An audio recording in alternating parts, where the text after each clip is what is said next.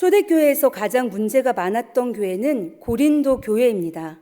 소위 말하는 나 잘난 사람들이 너무 많았습니다.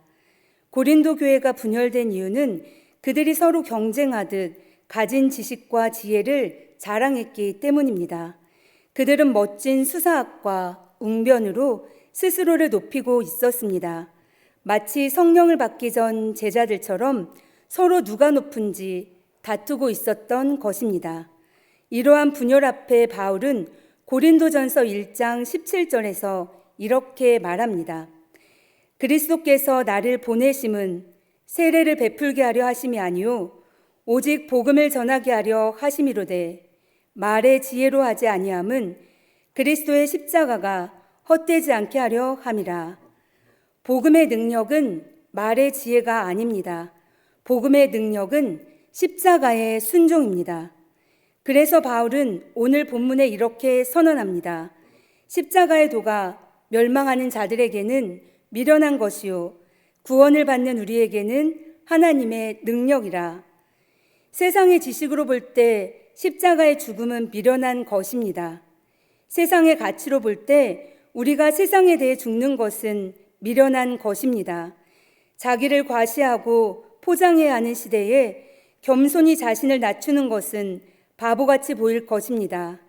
그러나 우리의 겸손이 십자가의 복음에서 비롯된 것이라면 이것이 바로 능력입니다. 복음을 위해 자신을 낮추는 것, 예수님처럼 십자가를 지는 삶을 사는 것, 이것이 능력입니다. 우리를 구원시킨 것은 우리의 지식과 지위와 능력이 아닙니다. 우리를 구원시킨 것은 십자가에 오르신 예수님의 순종입니다. 십자가의 도가 세상의 사람들이 볼 땐 멸망의 길이고 바보 같은 모습일 수 있지만 복음 안에 있는 성도에겐 하나님의 능력입니다. 우리 안에 하나님의 능력이 가득 차길 소망합니다.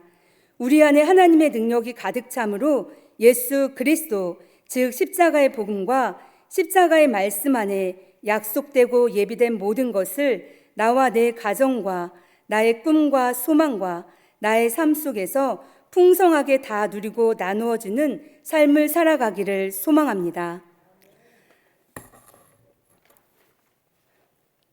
오늘 오랜만에 모여서 그런지 분위기가 활력이 없는 것 같아요.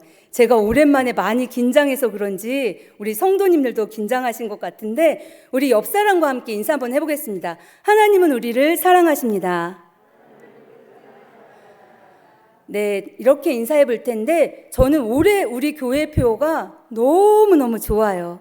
오늘 말씀 우리 2021년도 우리 교회에 주신 말씀도 저는 너무나 흥분되고 너무나 좋습니다.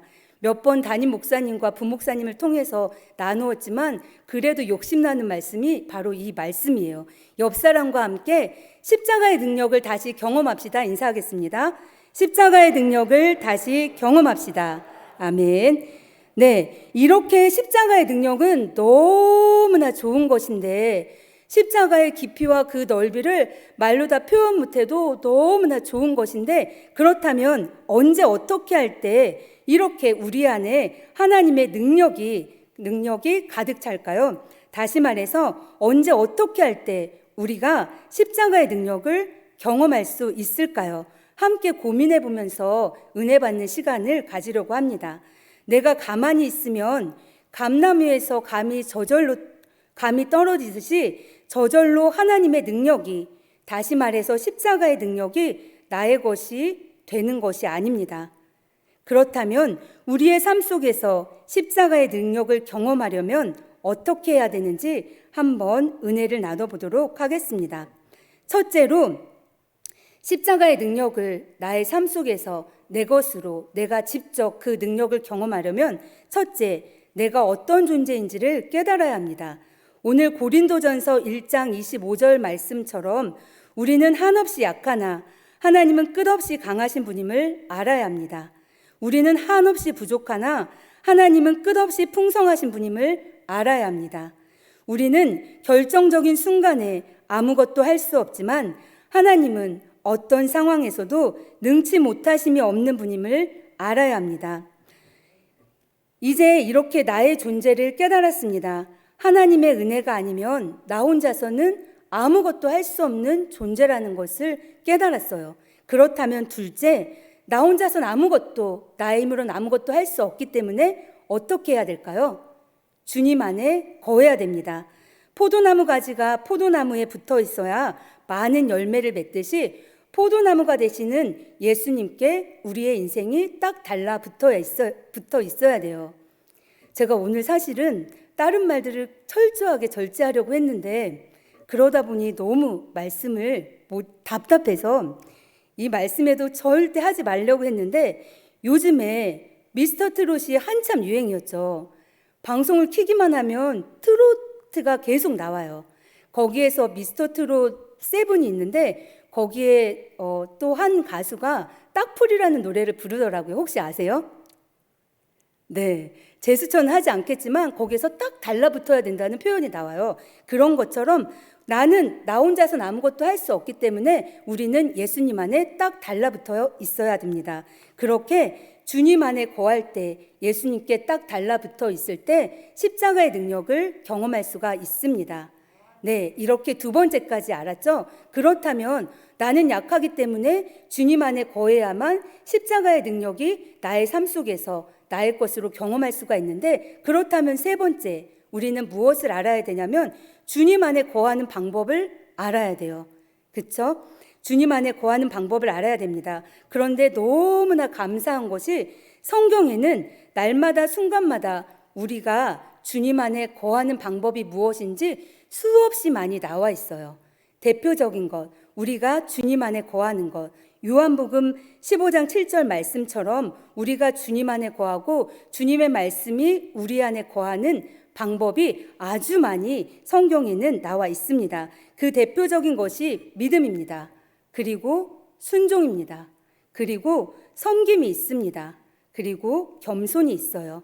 감사할 때 우리가 주님 안에 거합니다.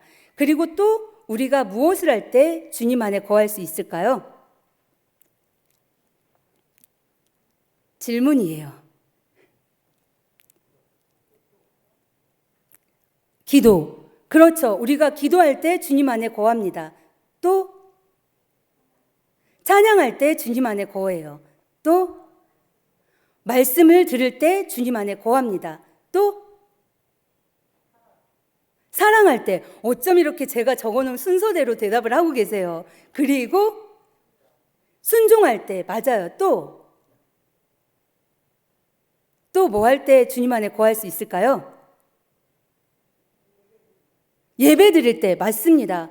제가 적어놓은 모든 답이 나왔어요. 그리고 여기에 추가하자면 우리가 충성할 때도 주님 안에 거하고 내가 사모하는 마음을 가질 때도 주님 안에 거해요. 이것 말고도 성경 안에는 우리가 주님 안에 거하는 방법이 수두룩하게 많이 나와 있고 가르쳐주고 있습니다.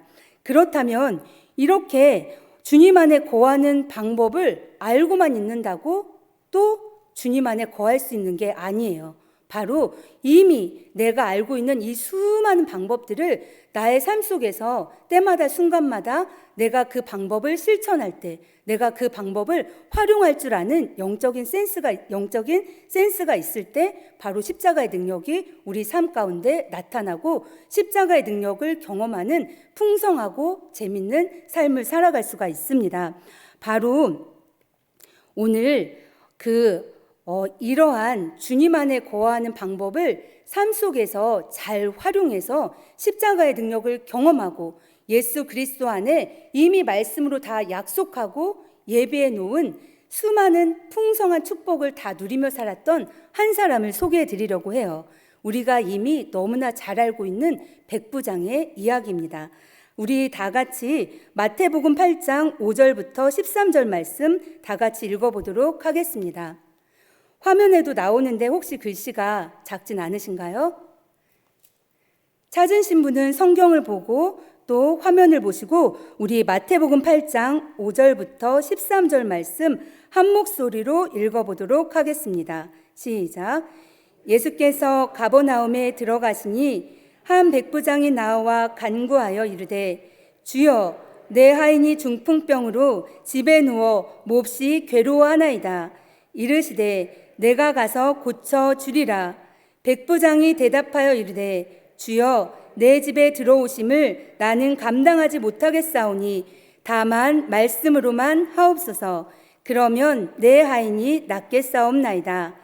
나도 남의 수하에 있는 사람이요 내 아래에도 군사가 있으니 이더러 가라 하면 가고 저더러 오라 하면 오고 내 종더러 이것을 하라 하면 하나이다. 예수께서 들으시고 놀랍게 여겨 따르는 자들에게 이르시되 내가 진실로 너희에게 이르노니 이스라엘 중 아무에게서도 이만한 믿음을 보지 못하였노라. 또 너희에게 이르노니 동서로부터 많은 사람이 이르러 아브라함과 이삭과 야곱과 함께 천국에 앉으려니와 그 나라의 본 자손들은 바깥 어두운 데 쫓겨나 거기서 울며 이를 갈게 되리라. 예수께서 백부장에게 이르시되 가라 내 믿은 대로 될지어다 하시니 그 즉시 하인이 나으니라. 아멘. 백부장은 주님을 우리 안에 모셔드리는 방법 중에 그 수많은 방법 중에 딱 3가지를 사용했어요. 어떤 건지 함께 나누며 은혜를 나눠보도록 하겠습니다. 백부장이 자기의 삶 속에 예수님이 내 안에 들어오시게 하는 방법을 사용한 3가지 방법. 첫째는 사랑이었습니다. 백부장이 하인의 중풍병 때문에 예수님을 찾아왔다는 것만으로도 예수님에게는 굉장한 관심거리가 됩니다. 당대 백부장이라고 하는 신분을 가지고 그 하인의 병 때문에 예수님을 찾아왔다고 하는 것, 당시에 예수님을 믿는 사람은 이단이라고 생각하고 잘못된 가르침을 주는 사람이라고 생각하며 엄청난 문제를 일으키는 아주 요주의 인물이라고 생각하고 있는 상황 속에서 백부장이 자신의 문제도 아니고 자신의 가족도 아니고 자신의 병도 아닌 하인의 병 때문에 예수님을 찾아왔다고 하는 것은 사랑이 없으면 불가능합니다.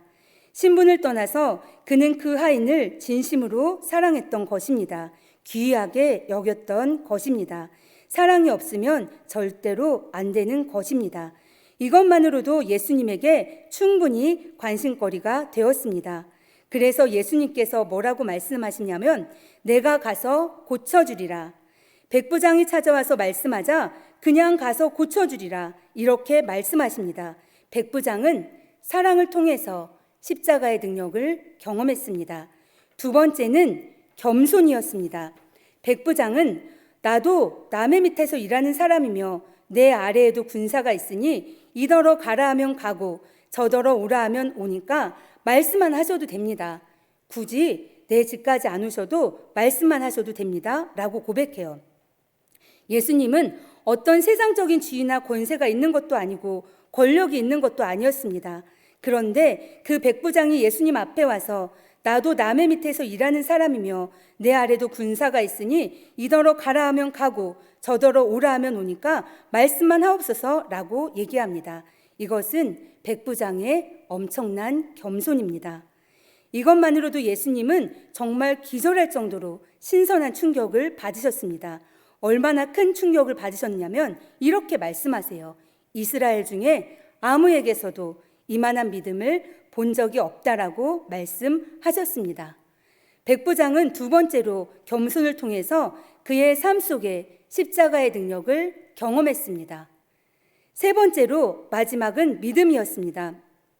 백부장은 그런 고백을 했습니다. 주여 내 집에 들어오심을 나는 감당하지 못하겠사오니 다만 말씀으로만 하옵소서. 아니 백부장이 예수님을 찾아왔다는 사실 그 자체만으로도 믿음이 없으면 불가능한 일입니다. 다른 것을 찾아갈 수도 있었을 것입니다. 어떤 의원을 찾아갈 수도 있었을 것입니다. 백부장의 신분으로서 얼마든지 어디든지 찾아갈 수가 있었을 것입니다. 그러나 백부장은 예수님을 찾아왔습니다. 이 얘기는 예수님에 대한 믿음이 있었다는 것입니다. 그래서 예수님은 마지막에 가서 그런 말씀을 하십니다. 백부장에게 이르시되 가라 내 믿은 대로 될지어다. 그의 믿음을 칭찬하십니다. 이것만으로도 예수님을 관심을 끄는 데는 충분합니다. 예수님은 백부장의 믿음을 보고 너무나 놀라셔서 이스라엘 중에 이만한 믿음을 본 적이 없다고 말씀하셨습니다. 백부장은 믿음을 통해서 주님 안에 거함으로 십자가의 능력을 경험한 것입니다. 십자가의 능력이 그의 삶 속에서 경험하자 그가 사랑하는 하인의 병이 치료되는 그런 역사를 체험하게 된 것입니다.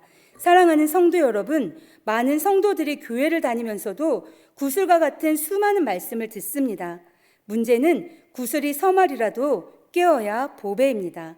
결정적인 순간에 내가 알고 있는 그 방법들을 활용할 수 없다면 아무런 도움이 되지 않고 그 어떤 변화도 나의 삶 속에 일어나지 않습니다. 백부장처럼 내가 이미 알고 있는 주님 안에 들어가는 방법을 나의 삶 속에 잘 활용함으로 백부장처럼 진짜 사랑하고 진짜 겸손하고 진짜 믿어서 나와 내 가정과 내 직장과 사업 속에서 나의 꿈과 소망과 나의 삶 속에서 십자가의 능력을 경험함으로 예수 그리스도 안에 다 약속되어 있고 예비되어 있는 모든 것을 풍성히 누리고 나누며 살아가는 성도님들의 멋진 삶이 되길 간절히 소망합니다. 제가 아는 한 목사님의 간증을 나누고 말씀을 마치려고 합니다. 저에게는 제 인생의 영적인 스승이자 영적인 아버지가 되시는 한 목사님이 계십니다. 그 목사님께서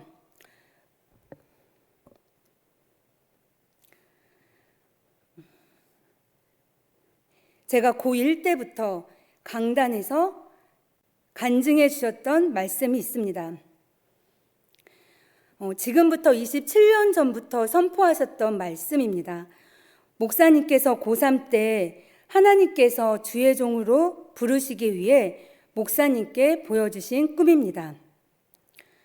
꿈속에서 하나님께서는 마지막 때에 일어날 일들을 보여주셨다고 합니다. 깨어서까지도 너무나도 무섭고 두렵고 끔찍할 만큼 그런 아주 무서운 꿈이었다고 해요. 하나님께서 보여주신 마지막 때의 모습은 첫째는 수많은 질병들이었다고 합니다.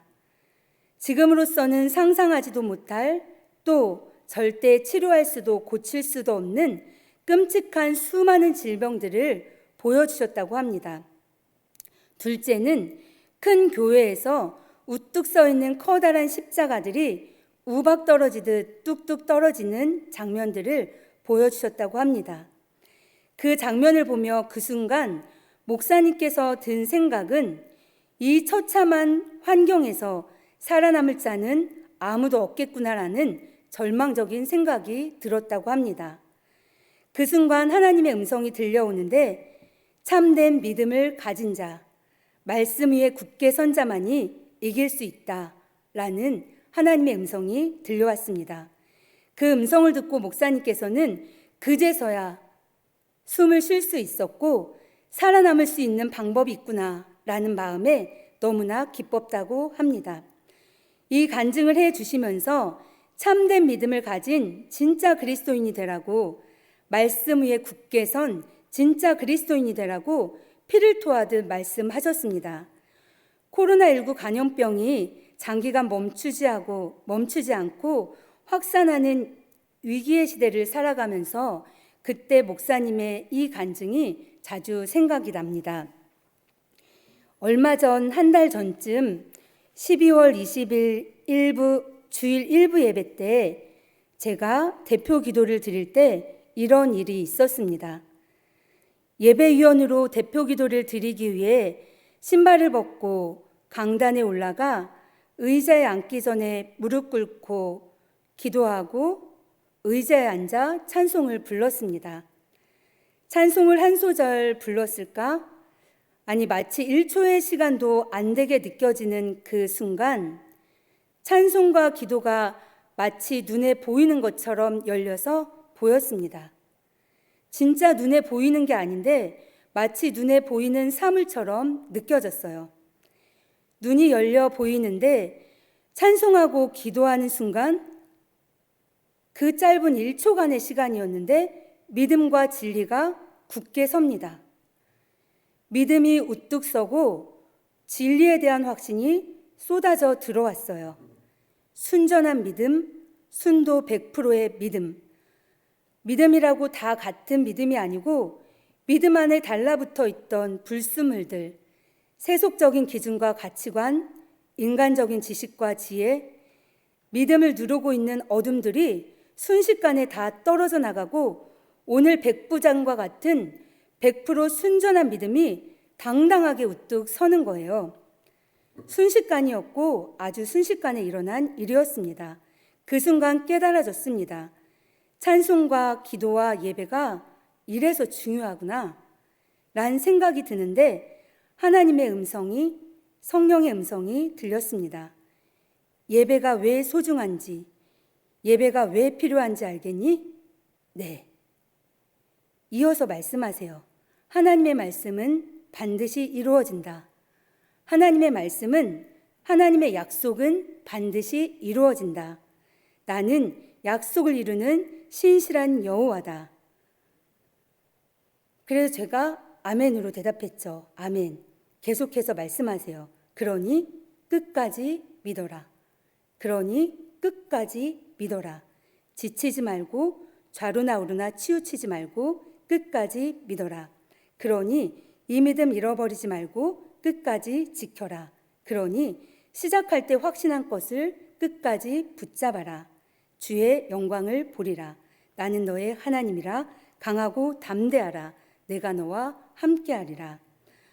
바로 오늘 백부장이 쓴 방법처럼 진짜로 사랑하고 나의 삶 속에서 예수님처럼 진짜로 겸손하고 또 진짜로 믿고 찬송과 기도와 말씀과 예배를 나의 삶 속에서 잘 활용하여서 믿음을 끝까지 잘 지켜서 주의 영광을 보는 저와 성도님들의 삶이 되길 간절히 소망합니다.